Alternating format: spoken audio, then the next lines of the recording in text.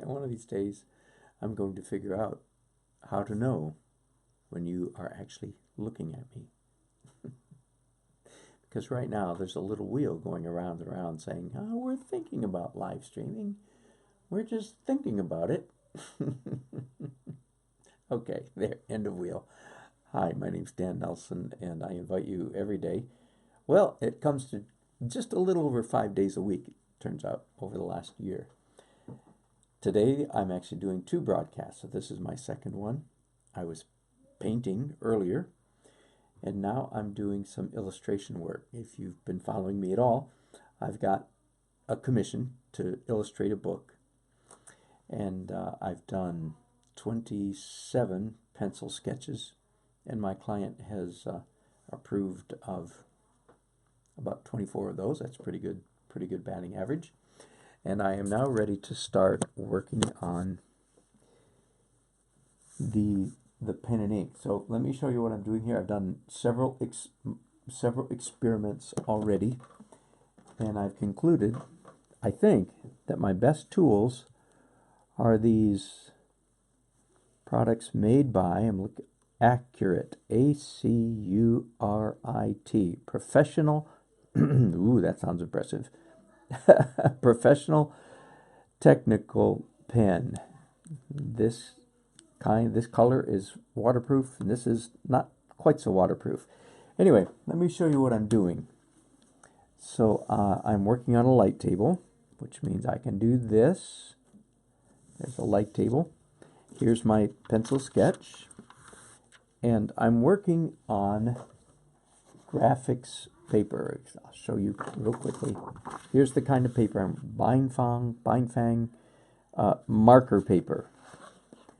I have just discovered in my recent experimentation that I really like the interplay, the relationship between this paper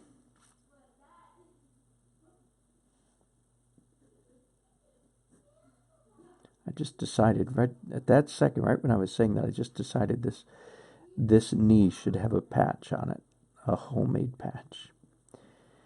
I like the interrelationship between the graphics paper and these particular pens. And this is a picture of the star of the book, the heroine of the book, Emmylou, and this is her grandfather. Her grandfather, at this point in the book, is, I think you'd have to say, severely mentally or emotionally disabled. In the book, he was in the war and was never quite right in the head when he got home from the war. Now, the author is very careful to keep the setting, the time frame of this book vague, so that it can be any time in history. So it's not Vietnam War, Civil War, World War I, World War II. It's just some war, and we are left to, just receive the story as it's given to us. And Emmylou, as it turns out, we don't know it at this point in her journey at all, but you could almost say she has the gift of healing. And nobody knows it. She's just a 6-year-old girl at this point. But in the course of this story, this gift for healing becomes more and more evident. So that's part of this book that's going on. So what the drawing I just did is with a 0.2 millimeter sharp point. This is a 0.005, so this is 1/4 as thick as the pen I was just using. So far, I'm thinking that I really like the way this feels. Now, here's the unusual assignment with this book. is that, well, first of all, I suggested to my client, whose name is Tim, Dr. Tim, if you will, I suggested to my client that traditional cross-hatching was a little too rigid for the softness of this girl character. And he agreed with me, and as we met together to discuss the illustrations and the style of illustrations, he said, yeah, he didn't really like, he agreed with me emphatically, he didn't really like the idea of cross-hatching for this book. In fact, he said, I said, and I did several samples, and he said, yeah, yes to this, no to that. What he doesn't like is the checkerboard look that you get with cross-hatching.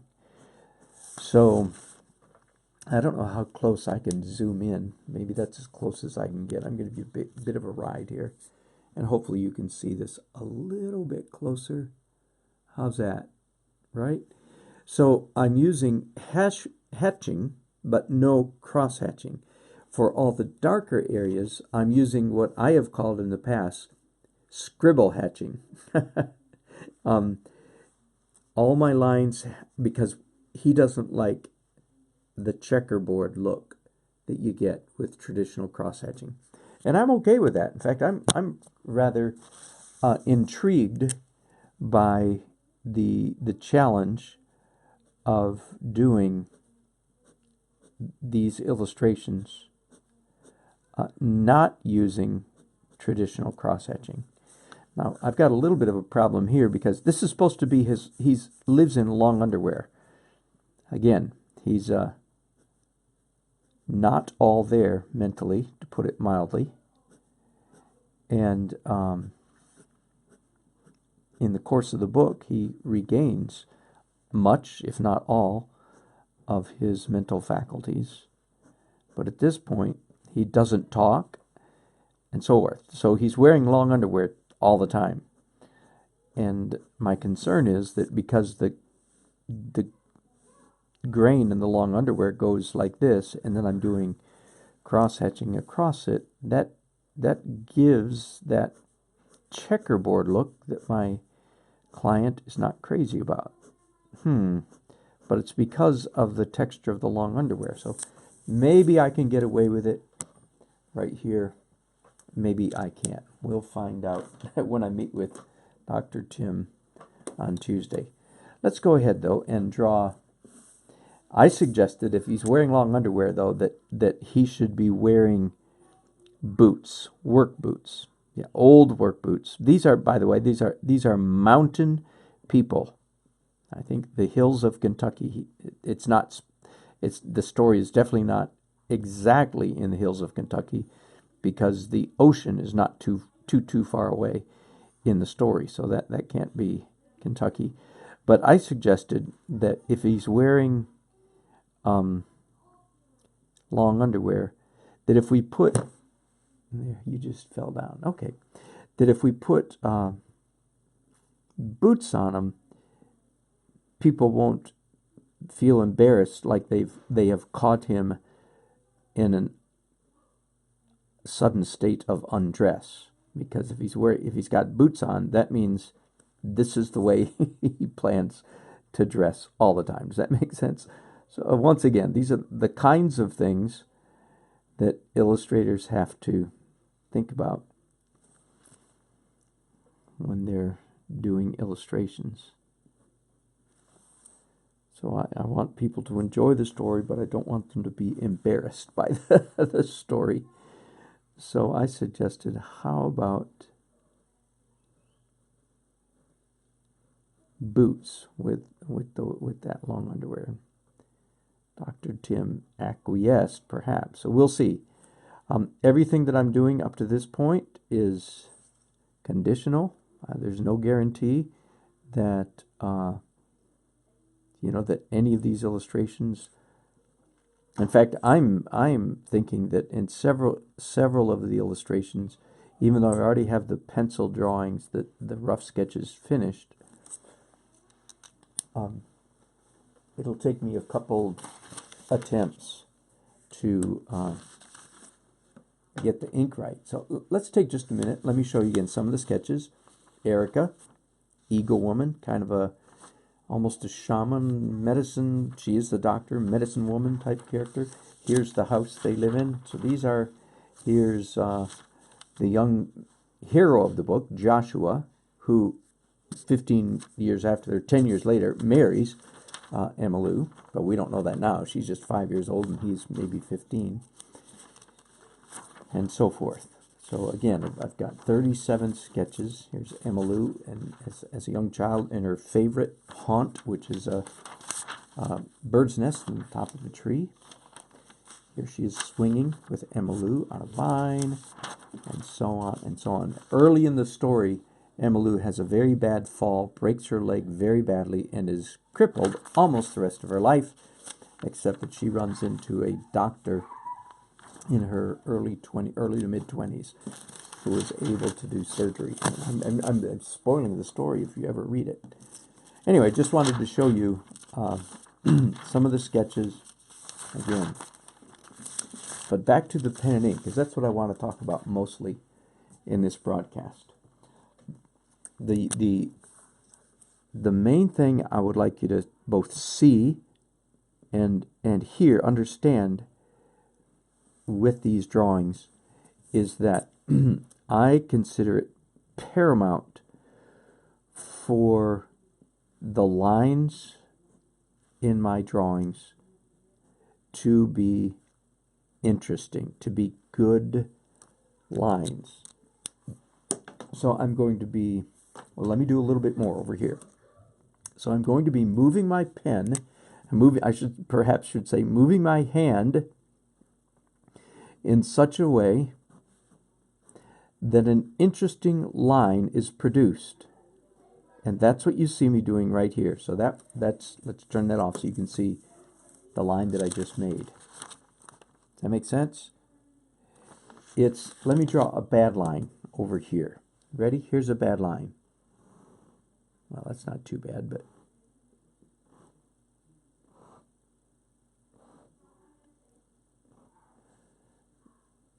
it's frowny face. Not an expressive mark, not a fluid mark, does not have much variety. It doesn't have life. These are dead lines. So once again, let me draw what I hope will be, in contrast to that, good lines.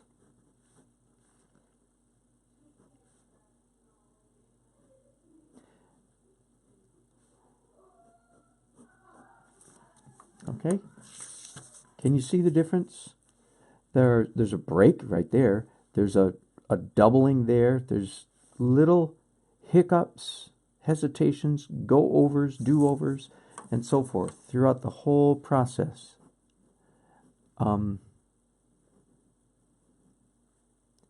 That I hope makes the drawing interesting. It's very much like when I paint, I talk about the essence of good painting is making interesting marks, and sometimes I say the essence also of good drawing is making pleasant marks, but the word pleasant has too many complicated philosophical overtones that I don't always want to get into. Don't want to get into that issue. Beautiful marks, same thing. But if I just use the more scientific, literal, academic term, interesting, the marks should be interesting. Then to some extent, I avoid some of the philosophical quagmire that could be associated with that word. Okay, so the outline of that pant leg, that's long underwear, long johns, is done. Now let's see what we can do to do some shading, but avoiding the tic-tac-toe, the checkerboard look that you get with traditional cross-hatching. And I'm saying much of this sort of assuming that many of you have seen my my video Pen and Ink Crosshatching Masters Edition. The reason I think many of you have seen it is because well over 2.5 million people have seen it. That's my one video that has gone quite viral. And in that one, I use what I consider very traditional, even almost rigid cross-hatching technique. And in fact, a few people on that have criticized the way that I do cross-hatching, thinking that a loose, more fluid style of cross-hatching is superior. Well, I don't agree with them, but in this video, and I'll probably do a number of videos along this line, I am in fact, yes, doing what some have suggested, doing a more fluid or organic cross-hatching. By no means am I going to switch over. And by the way, I think you can see what I'm doing here. I am changing my mind about the drawing of this boot. Again, when I say I trace, I'm tracing on the light table. You would kind of have to put the word tracing in quotation marks, because I am not. Whoops, sorry about that. I am most certainly not slavishly copying. That would be a waste of effort. No, I'm editing the whole time, just the way I do when I paint. And I'll put down marks once, twice, 3 times, 4 or 5, 6, 7 times. I'll draw the image, and each time I have the freedom to improve the image, to edit it. So I just did the same thing right there, and that's very typical of the way that I work. Now, so again, here's the image as it exists so far. I'm going to show this to my client, Dr. Tim, and I would give this particular illustration probably about a 60% chance of being in the book. So maybe, but by no means overwhelming. Everything, I consider what I'm doing right now very much to be experimental. And either he might say he's not quite happy with it, or I might say I'm not quite happy with it. I might be the one that says, yeah, it's okay. In fact, I think that's even more likely. He's more likely, I would think, just because he's not the artist, I think he's more likely to say, the client is more likely to say, oh, that's beautiful. And I am actually more likely to say, yeah, but I think I can do better. Let me try one more. Now, I wish I had an example here. Yeah, let me move down to one of these boots, because I would like you to see me do some of this, what I call scribble hatching. Now, in scribble, and I use that term on my video Masters Edition. There's a tiny bit of it right there. It's basically, instead of doing, okay, here's traditional cross-hatching, line, line, line, line, line, and then the other way, line, line, line, line. I'm doing a very large version, and so forth. Okay, that's traditional cross-hatching. Scribble hatching is, for one thing, I draw with I don't go like this. I go, the line, the pen is in contact with the paper going in both directions. Plus, I have the freedom to be messy. So if you want to see what that looks like, look at Grumpa's head. Grumpa is his name. Or look at Emilu's face, and especially their hair. Look at Grumpa's beard. Okay, so that's what I call scribble hatching. I made up that term myself. Nobody else has to use it. It just seems an appropriate label to put on this kind of work. But I start with simple hatching without the cross, which presents a bit of a challenge when I want to get some dark areas. Oh, that's right. I was going to go back. Let's go back to the boot. The challenge, long johns are all light colored, so there's not going to be much darkness in there at all. But boots, of course. So let's hear. And so, see, traditional cross-hatching, I would just start going this way. Boom, boom, boom, boom, boom, right? But that would create the checkerboard that my client doesn't like, and I'm okay with that. I sort of like, first of all, I'm going to enjoy the challenge of coming up with a different way to do cross-hatching that's not my normal way. So here it is. Instead of making my lines go cross-hatching, across the simple hatching I've done, I'm making my pen move in sync with the lines that are already there. I'm doing, you'll see, and when I'll find out, here's one thing that's interesting about a job like this. I'm going to do 30 illustrations. That's a lot of cross-hatching.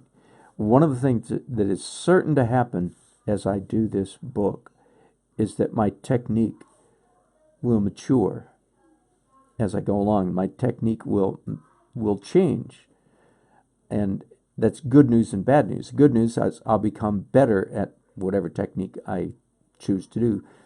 That's the good news. The bad news is I don't want my technique to migrate so much that it looks like there are two styles of illustration in the book. And that's why I only give even this illustration, as fine as it looks. Don't it look fine? As fine as it looks, I give it only at most a 60% chance of being in the final book, because it's just, there's a decent chance that I'll adjust my technique in some way before I move on to the final illustration. So let's figure out, how are we going to get this boot to be darker?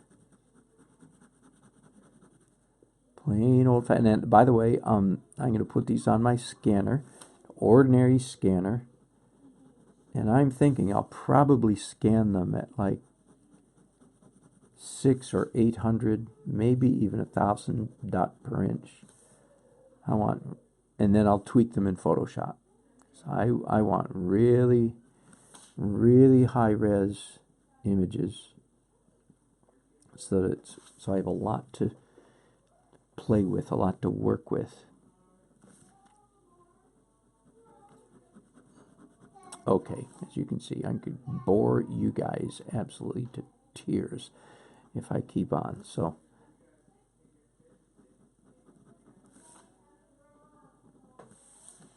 let's call that boot partly done. And let me stop there. So that's what I'm thinking right now. If you want to watch me several days ago and last week talk about developing these pencil sketches, you can go back and look at those. I don't need this anymore. By the way, for what it's worth, I tend to keep sketches like this just for fun.